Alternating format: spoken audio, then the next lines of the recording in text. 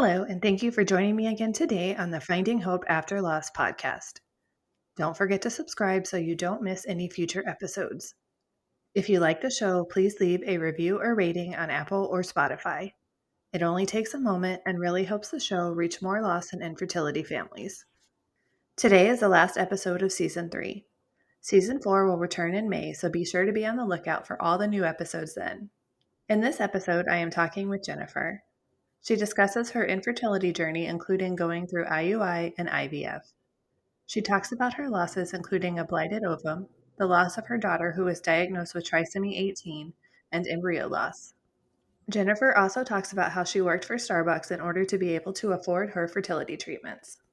Hello, everyone. Today I am here with Jennifer. Jennifer, can you tell us a little about yourself? Yeah, so my name is Jennifer. I live here in Arizona, Tucson, Arizona. I am a school psychologist part-time, and then the other time I'm with my kids. I have three children, twins, they're three, and one baby, a 3-month-old. I'm still actually on maternity leave. All three children are conceived through IVF. So I have my story is a little bit about both the infertility journey and then also my loss story. You sound pretty busy, especially with 3-year-old twins. Oh yeah, no, it has definitely been busy. He's still waking up at night, which is totally normal and definitely okay with. And it just brings me so much gratitude, that I have for them. And I find that a lot with people, in the community and friends who have gone through similar things. You're even though it's 4 in the morning or 3 in the morning or whatever, and you're like, wow, I am so grateful because I wasn't even sure this could be my future. So Yes, definitely. definitely. Makes you kind of see things in a new perspective. Oh, absolutely, absolutely. Because I've always wanted to be a mom. So to have that realization, like this may not happen for me, it was really jarring. Do you Yeah. mind sharing a little more about your story? Yeah, no, absolutely. So kind of what I said, like I've always wanted to be a mom, and even with my career, even when I was a child myself, I was always working with children. I worked, taught swim lessons to kids.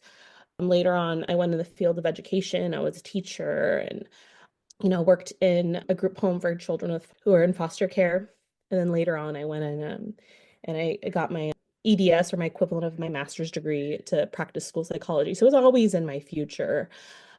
And I started dating my husband and we got married in 2019. So I was 33 at the time when we got married. And I knew that time was not on our side. I was like, I told him right off the bat from our first date, I want 3 to 4 kids. And, we were on the same page. And so I was like, all right, well, once we got married, we were trying for that first baby. And so it was 2019. And that's when I started realizing, like, after the first few months, I was like, wait, okay, like period is still coming just on time, like it always does. This is okay, let's start peeing on some sticks, like ovulation sticks, and, taking my body temperature and doing all of the things. And, things still weren't happening for me. And I knew something was wrong by December 2019, especially when other people started to notice it and they knew of my desire to have kids. And I remember I had some friends over for a brunch, and I had one of the baby books. I think it was, what to do before you're a mom, or the Impatient Woman's Guide to Getting Pregnant. So I had all those books. And the night before, I had a page open and it was in my living room. And I guess in my rush to get the house ready, I didn't quite put that book away. So one of the people who had come over saw that and was like, oh, are you pregnant? Are you, and I was still trying to reconcile that with myself. And I just remember getting like, I felt hot. I felt like there was a huge bright light. I felt like I was in the middle of a theater and there was a stage light just shining down on me. And everybody was looking at me and I felt really hot. And I don't even remember what I said at the time, but that's when I realized this is now I'm at a point where other people are starting to realize like what's, you know, going on. And I had to tell them, no, I'm not pregnant. And so it was, it was really uncomfortable. And then, of course, the pandemic hit. Yes. So that was interesting because by the time March of 2020, I'd been married a year. And so all the books I had read said, after a year of trying to conceive, reach out to your OBGYN. And that's what I did. So I video conferenced her. She set me up with an RE. And so, yeah, I just felt like my whole world was crashing down on me. You couldn't buy toilet paper, couldn't buy canned foods. I couldn't have a baby. And it was hard. It was hard. Just that's what I felt. Everything was crashing down on me.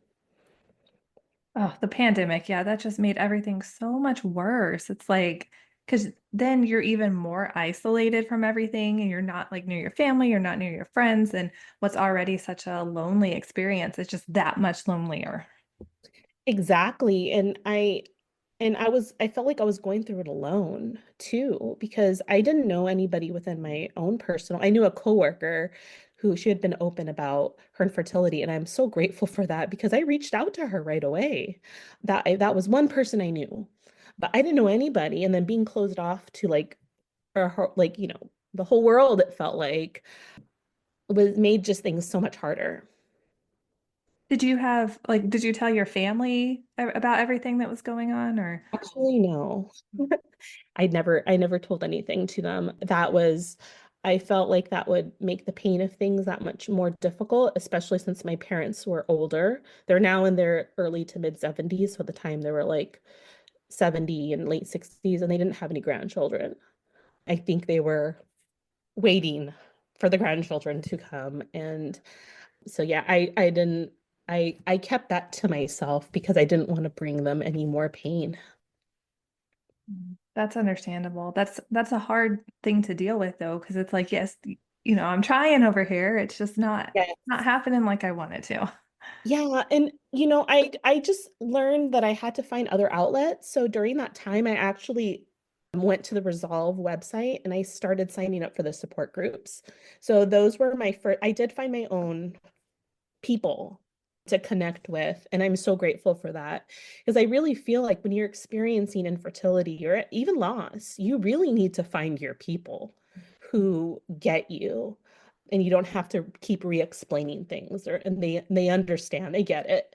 Because I mean, yes, it's helpful to have those supportive friends in your circle that maybe are just there and they're empathetic and they're listening to you, but it just hits differently when you're talking to somebody and they know and you don't have to keep re-explaining yourself. Yeah, definitely. I think, for all the bad things the internet is, the one good thing, well, not the only good thing, but one of the good things is just Yeah. that community and those people, like you mentioned, that you can find. Oh, absolutely.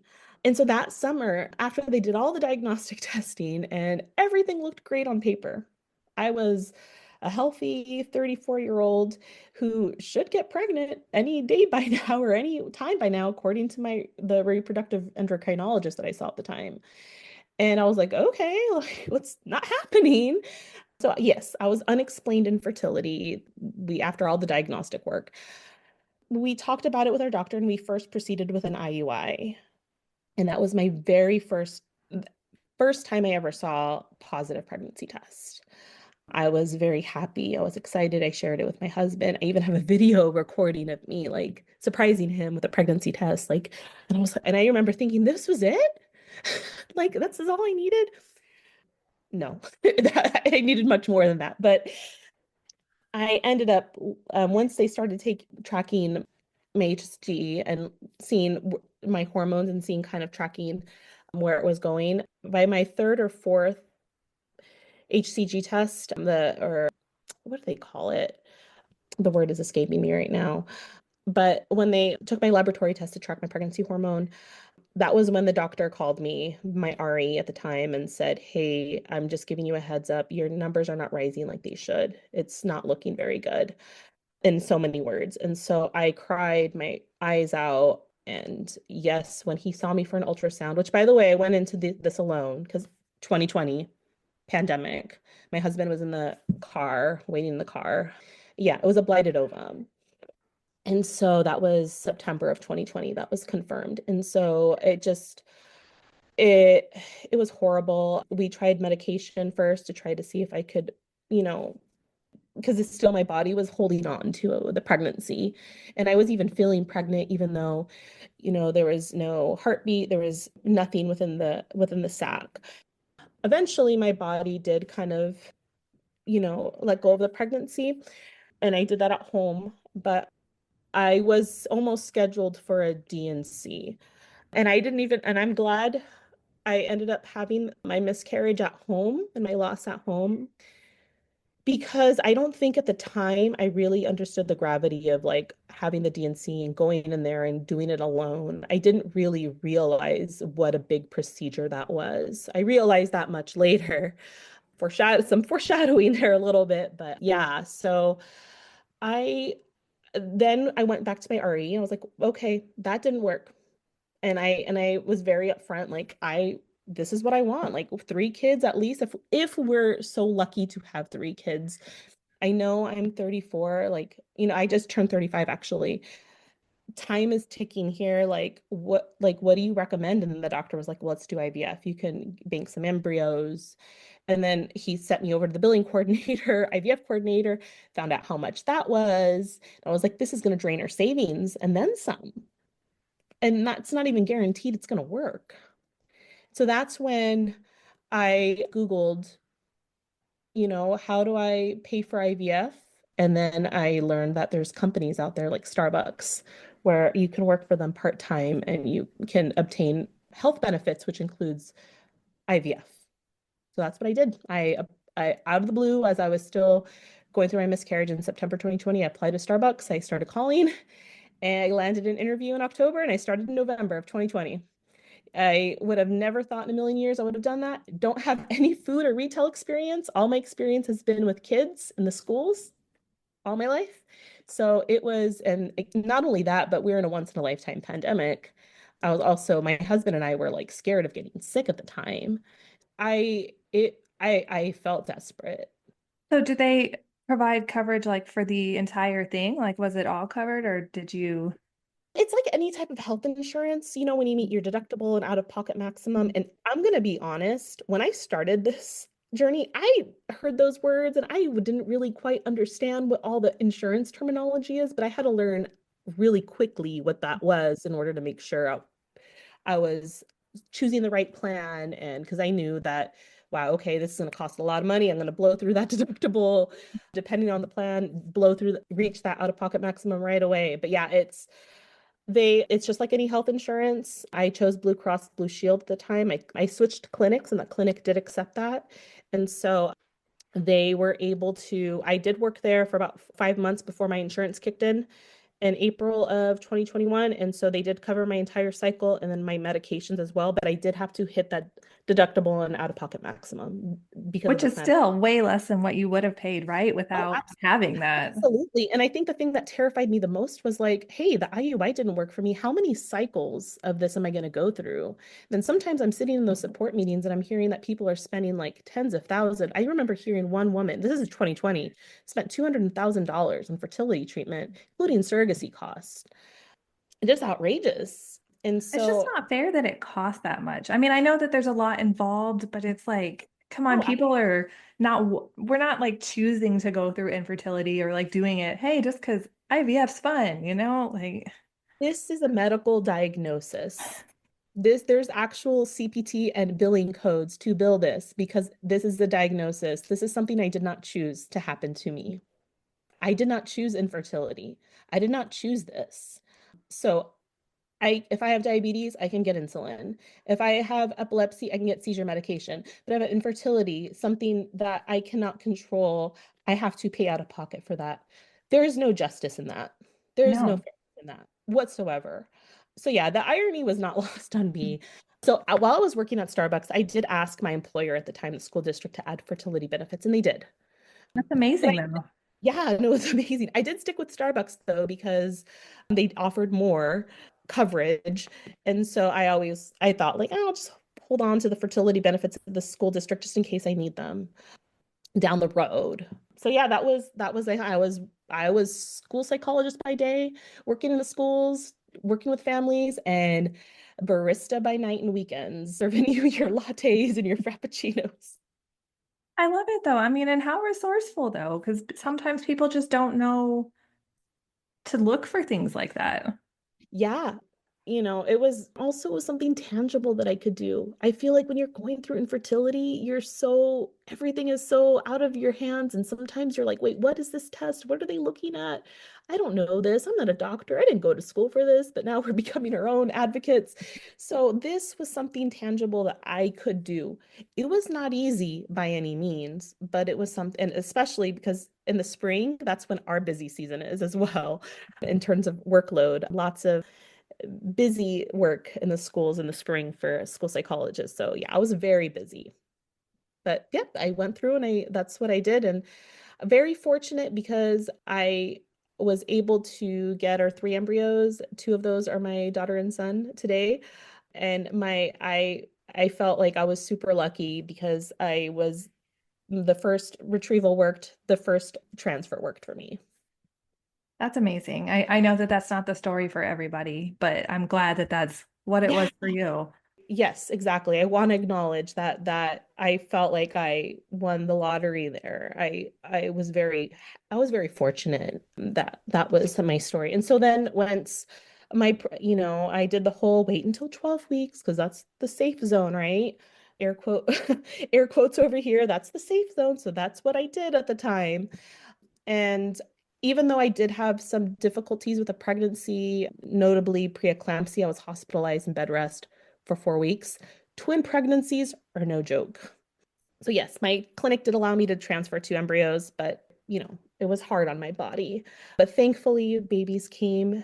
They were born January 2022, and everything was, healthy, safe. We avoided NICU time, which is amazing. Even though I was hospitalized with them at 32 weeks gestation, I was able to deliver them at 36 weeks. So very fortunate for that. Wow. I mean, not saying that the pregnancy was easy or anything Oh like no. that, but it seems like, at least it worked out as best it could. Yes, yes, absolutely. Absolutely.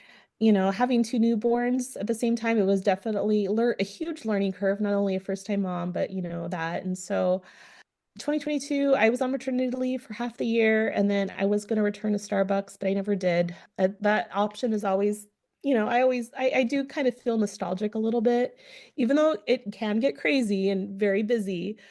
I had a great store manager, I had great coworkers, people really looked out for me. So I do miss a lot of the connections that I made during that time. And then when my twins were about 9 months, I noticed that my milk, because I was breastfeeding at the time, I was pumping, my milk was decreasing, and I was waiting for my period to come. And I was like, that's weird. I don't know, like sometimes when you're in that infant baby mode, like you lose track of time. I'm like, when was my last period? I have no idea. My husband was like, take a pregnancy test. And I was like, no. Like, what are you talking about? Like, well, I did, and I was pregnant spontaneously. And I had, at that time, I think they were, oh, I'm trying to do the math here, 9, 10 months, 9, 10 months. But And that so, was a big surprise. yes, a big surprise, definitely not planned. And I was like, this is our free baby. Like we get one that's free. Like we don't have to pay thousands of dollars. Even with insurance, you still have to pay that money. So first was shock. And then once the shock wore off, I was like, okay, well, one more monkey to the crew. We can add another one. And we had one more embryo left too. So I was like, well, just okay, we'll do this. Well, we'll make things work.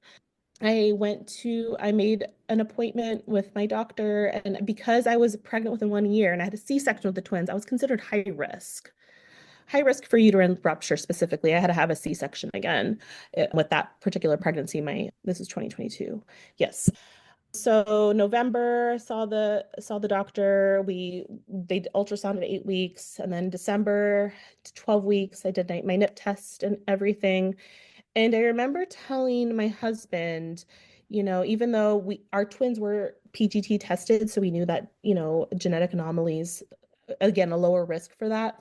I remember telling my husband, I want to, with a nip test, I do want to find out, they screen for different disabilities and genetic chromosomal difficulties or issues. I told my husband, I just want to, regardless, you know, even if something does come up, our plan was to at least be aware of our options and know. And I said, we oftentimes we don't even choose in life, whether we have disabilities or not. I know that through my work. Sometimes disabilities show up later in life, and if this is what are the card that's handed to us, then we'll find a way to figure it out. I realize now, reflecting on that, I was very naive. I was coming that from a perspective of children who happen that I know through my work who have disabilities who happen to be alive. They did not realize at the time, or didn't really sink into me, that there's a lot of disabilities out there that are life-threatening. And oftentimes babies are not born. So December that year, we had holidays. I was waiting a week or two for my NIP results. I get a call from the genetic counselor. Again, I was used to this because I just had this with the twins about a year ago. So I was waiting to hear like, yeah, everything looks normal. Do you want to know the gender? I was waiting for that call. When she tells me that, your baby came back positive, the test came back positive for trisomy 18. And everything just kind of stopped in that moment. I remember exactly where I was. My husband and my mom were feeding the babies that, again, I had 10-month-old kids, babies at the time they were feeding them. And I had my phone on speaker so my husband can hear. So she's telling me, oh, well, we still have to find out. It's a 91% chance. There's some kids that, can have a good life. And as she's talking to me, simultaneously, I'm on my phone Googling what is trisomy 18, and everything that I'm hearing is, you know, they don't live to a certain age, stillbirth, or a median age is 10 and a half days of birth. So even if it is a live birth, oftentimes there's, life support. There's not much they can do in terms of treatment. It's just making the baby comfortable. And so I'm hearing this and I'm like, she's not telling me the full truth, of the extent of the difficulties of I couldn't believe it. And so we were out of state at the time, so we came back to Arizona as soon as we could. Again, holidays, not a great time to be receiving this news. So after the new year, as soon as we came back January 5th. 2023, we sat down with a genetic counselor with our twins, who are again 11 months now, crawling all over us and babbling. And we're given our options about what test to proceed, because again, 91% chance we need to, and I want to know 100% what that if it is a diagnosis. And so after we kind of consulted with her, we decided an amniocentesis. At that time, I was 14 weeks pregnant. And so right when I was like, all right, we'll do the amniocentesis. And then she said that would happen at 16 weeks. I was like, all right, great, we'll do that. She said, well, there's this law in Arizona. And I kind of paused, like, wait, what? She's like, yeah, there's this law in Arizona. If we can do that, but if you choose to potentially terminate the pregnancy, we'd have to take your care out of state. And so that was on top of everything that we were contemplating as a family, that really hit me hard. Like I couldn't believe it. Really. I just felt like I was living in the Twilight Zone. I couldn't believe that this was my reality. It's like, I mean, it's already a decision that you don't want to have to make. And then to be told that if that is what you choose, that you can't get that care in your home state, that you have to travel on top of that to do something you don't want to do. Nope, that was what I was told. Even though I was at risk at uterine rupture, which is life-threatening, even though, you know, the I think it was like 95% of babies don't even make it past the first year. And I will bring kind of my job into this. I do work with children with disabilities, oftentimes significant disabilities. Sometimes they're not walking, sometimes they're not using spoken language. They have to use special devices. And so I had never heard of trisomy 18 and Edwards syndrome. And sometimes kids would come through and I'm like, oh, I don't know this genetic disorder. And I'll Google it and I'll learn more about it. In my 10 plus years of doing this work, I had never heard of this disorder. And there's a reason for that. Most of these children who have this disorder, they don't make it past their first year. If that, I think the median age is 10 and a half days. Even if they do make it to live birth, oftentimes it's a stillbirth. And so and the genetic counselor was telling me, like, there's not much we can do here in Arizona. Like, there's no facilities here in Arizona that will treat your child. It's just life support essentially until eventually they pass. And so that was our dilemma. I was like, what do we do? Like, do I not only that, but the risk to my own body since I had just had a C-section less than a year prior. And I was at risk for uterine rupture. I was like, these are our options. Like, they're horrible, horrible Yeah, like options. all And of like, them are horrible. No good option. this is not what I want. Like, this is not on my radar, and I didn't know the full extent of the disabling condition of Edwards syndrome or trisomy 18, debilitating. Every organ is affected. Minimal chance to know if survival. And I was hoping, and with amniocentesis, because that was a part of what I was talking to with the genetic counselor, just like there can be mosaicism with embryos, that perhaps, and the children who do make it past that year, because all the literature I was reading on this was saying that the children who do make it past a year, like they're like case studies. That's how rare it is. Like, you hear about it, there are case studies. It's super rare. I was hoping that maybe they had some sort of mosaicism, like, so not a full-blown trisomy 18, maybe partial of it. So my husband then took the kids, the babies, because they're still babies, left them, and we came in two separate cars, and they did an ultrasound on me. And that was when, during the ultrasound, immediately after they told me that the baby had passed. And it was very difficult because in all of these ultrasounds, it was very different with my twin pregnancies. My twin pregnancy was our first. My husband was there with me every single ultrasound. All of these ultrasounds, I was on there on my own. So that was something heavy, that I've carried with, to this day. I can't imagine, having to find out that news alone. There's just Yeah. no, that just shouldn't have to happen. Yeah, no, it was extremely, it was difficult. And not only that, like, I did come back later. We were trying to figure out when I could make that appointment for the DNC. And I was told, like, either next day or our appointment is like sometime next week, like 5 days from now. And I was like, no, no, no, no. I can't wait that long. So we ended up having the DNC the next day. And so that was, yeah, it's 2 years ago now, actually. So 2023. And it just completely changed me. I don't know what else to say. And I want to acknowledge that every loss is a loss, but something about, even when I had the blighted ovum, I didn't, I could rationalize that. I could make sense of that. I'm like, okay, this ultrasound happened, but this baby is not there. I don't see a heartbeat. I don't see anything. Versus this was different. It really hit me. And it was also really hard too, because I wanted to find out, like, with the autopsy, I need to find out whether this is 100% trisomy 18. I need to know why my baby had passed. And then there was a lot of issues that happened with postpartum with the autopsy. I guess the sample that they had used, it was not done correctly. They had done it in formalin, I believe, which made the sample untestable. So I had 3 months, like 2 months later, I wasn't getting a follow up on the results of the pathology report. And then I had a call, and that's when the genetic counselor told me what had happened. And even though we don't have that diagnostic report, it's likely trisomy 18, but that just devastated me even more.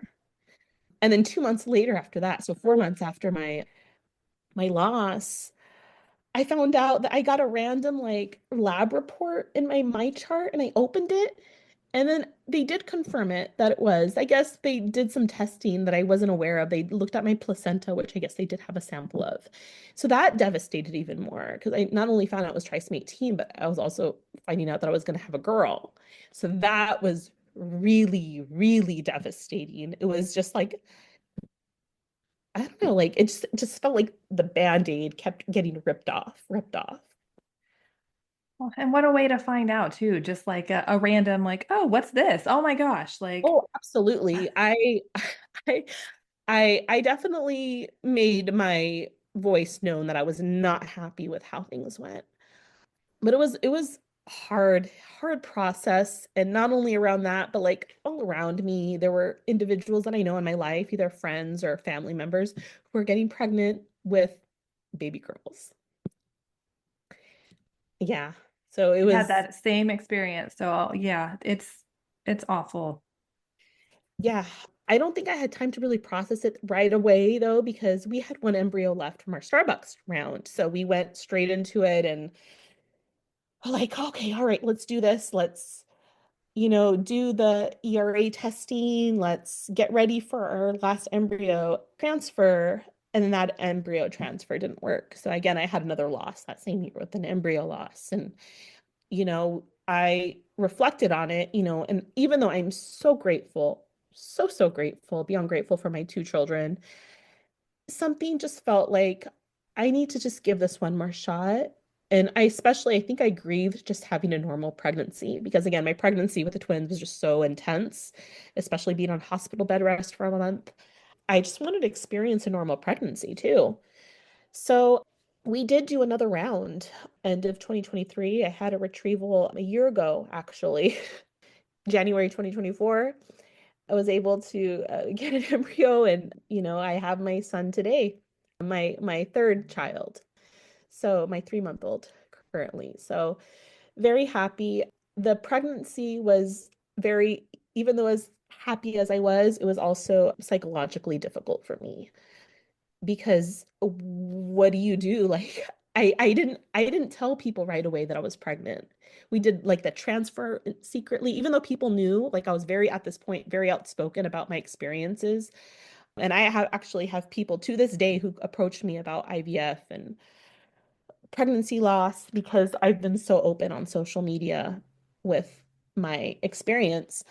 I kept the transfer very secret, and right around the time I was going to announce, I was like, "Ooh, hit that 12-week zone. Oh, got the, NIP results that came normal." So I was 16 weeks right about to announce when I got another call from the genetic counselor that something had happened, like something tested positive for some, I forget what the test was, but it just brought me instantly back to that trauma. And it was very difficult, extremely difficult. And that was during my pregnancy last year that resulted in my son. It ended up being a false positive, which means that, my son didn't really have a condition. And again, I want to reiterate that I, it's not necessarily a disability that I'm against because that is my entire job. And I understand that even tomorrow I could be walking across the street and something could happen and I could have a disability.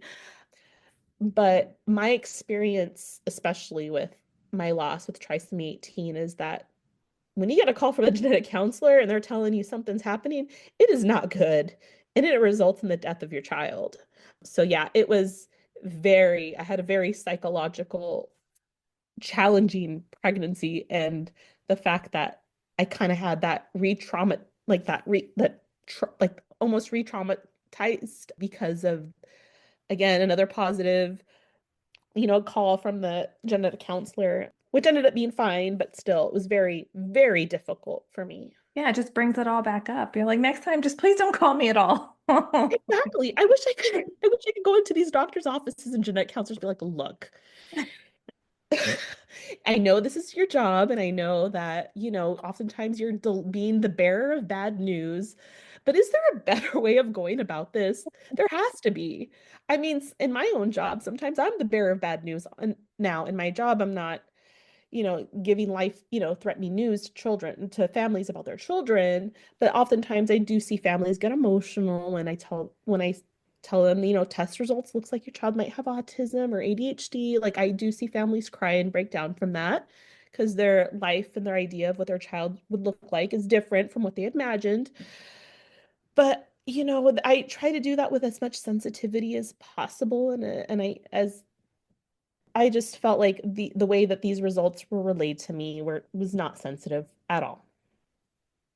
I don't know. Some doctors, like, I don't know if they get any training on this, on like how to break bad news or like how to, but I feel like they should.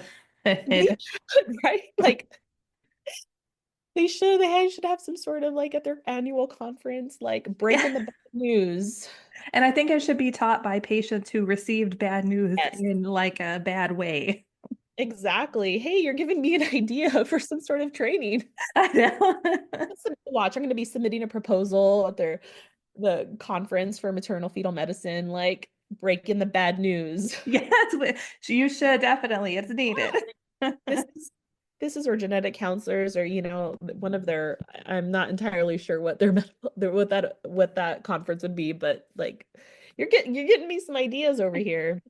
Well, yeah, I mean, because I had the same kind of thing with like my MFM who told me that Jasmine had, well, she told me both bad news about the congenital diaphragmatic hernia and later about the mosaic trisomy 15. And it was just like, I don't understand, first of all, what you're telling me because you're not being clear about it. You're not Mhm. really telling me what it means. And you're not telling me anything except this is what it is. It was just like not great. Yeah, no, it's hard, and I really am trying to be sensitive because I also can kind of understand like from the provider perspective, and sometimes you just see so many patients and it's just like another Tuesday to them, whereas for us our whole world has come crashing down. But there has to be a better way of going about this and doing it a little with more sensitivity, whether that's a grief counselor or somebody with them. That way that is with the family to sit with the news. Because I think the doctors are trained in the doctor stuff. They're not Right. trained in necessarily the psychological Yeah. aspect of it. And so, which on one end, I understand that, that's not necessarily part of their training, but if it's not going to be part of their training or if they're not going to receive training on it, well, what can we do to support families and to support individuals, especially when they're in these high risk type environments like MFM doctors or MFM offices or fertility clinics, where oftentimes that's where we are hearing the bad news. Right. Yeah, Yeah. definitely those places where you know it's going to show up more than once for them. Exactly. Exactly. So I think there can be some proactive things that strategies or recommendations that we can provide, but it's I sympathize because with your story because that's just so that also happened to me. Things were not delivered in a sensitive manner. So to me, that is more a reflection of systematic issues. Our difficulties is that's not we're not in isolation, we're not alone, we're in this together. This has happened to many of us across the nation from multiple states. So Yeah. there's something there that does need to be, addressed. I know now you're making me want to go out too. Like, all right, what can I do Hey, to change this? what can we do? We're in this together, Sarah. What can we I do? know. What Yeah, change? let's think about this, brainstorm some. Right? No, honestly, yes. So do you plan to, or I mean, I know your kids are still young, but do you plan to talk about your daughter with them when they're older? Yeah, I do plan on talking about her, and there's there's times where it does come to light in terms of like anniversaries. It was the second year we just passed that of the procedure or her birthday. It's like, wow, I should have like a year old child right now. Sometimes the gap even between the kids, I know it doesn't seem like a very large gap, between my twins being 3 and a baby.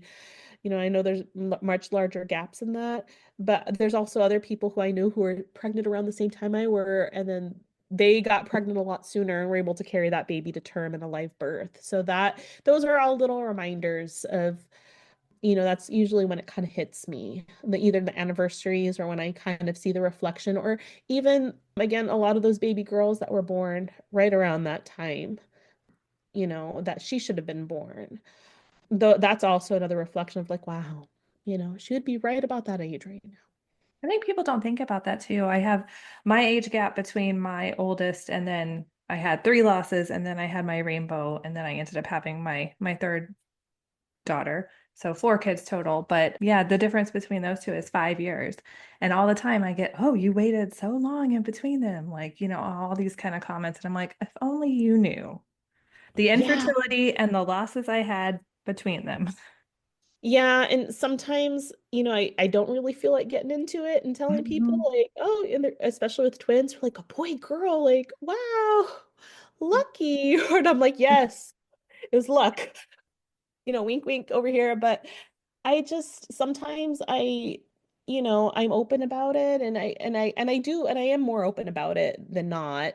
But then there's some times where I just like one time I was at the zoo and like one lady was like, "Oh, are they natural?" And I'm like, "What do you mean they're natural?" I mean, they're humans. I don't, They're I human gave beings, birth to but them. I don't, you're a Homo sapiens.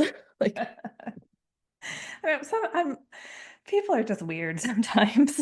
yeah, so you just get these weird comments, and I just like any fertility questions are just like off the table for me. I'm like, just wait until that comes. But I really, really sympathize with with just infertility and loss, and even with my son who's now a beautiful, health, like smiling, little giggling 3-month-old.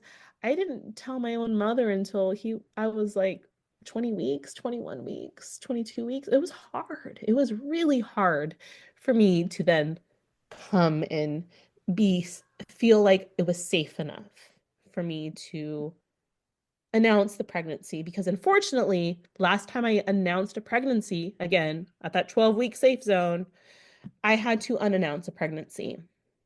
And that is hard. That is hard.